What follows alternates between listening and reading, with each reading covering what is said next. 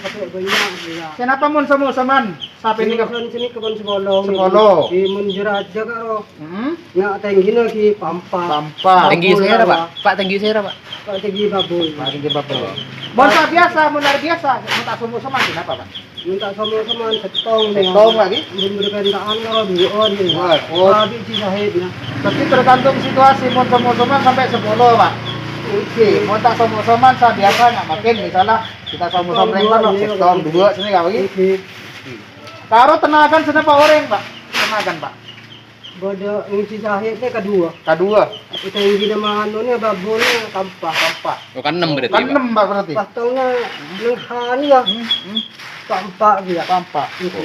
Ring 10 orang itu hanya 10 beli. orang. Oke. Jadi kol senapa mari Pak? Poncak rantan Pak. Oh, ni kol dua. Kol 2 pagi. Kol telur, kol terkas ya aku mohon. Oh, lekas Pak. Macam betul berarti pagi. Oke. Mun semua soban ngaro di mulai pokol sanga. Kol sangat malam. Oke. Lekas ya aku mohon kol ketok.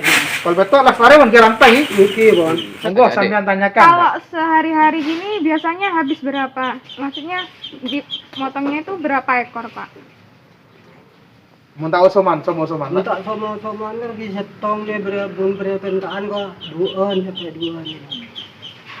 Jadi kalau musim itu kadang 2 kalau ada permintaan. Kalau dah biasa hari normal gini hanya 1 ekor. Ini didistribusikan disebar di hanya pasar ini atau pasar sebesok atau Kecamatan lain. lain? Dijual. Jual sama Pak, teking nih Pak. Mungkin enggak indah pas di petong. Oh. Oh, di Paiton. Jadi daging ini didistribusikan di samping untuk kecamatan Besuk juga untuk kecamatan lain seperti Paiton. Bisa jadi juga Keraksan, tergantung permintaan.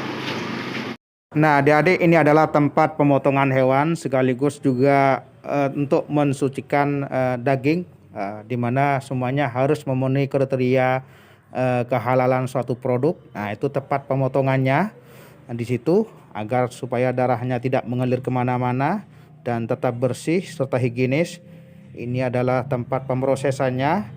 Semua harus memenuhi standar kesehatan, juga harus memenuhi standar kehalalan pemotongan hewan sesuai dengan tuntunan syariah.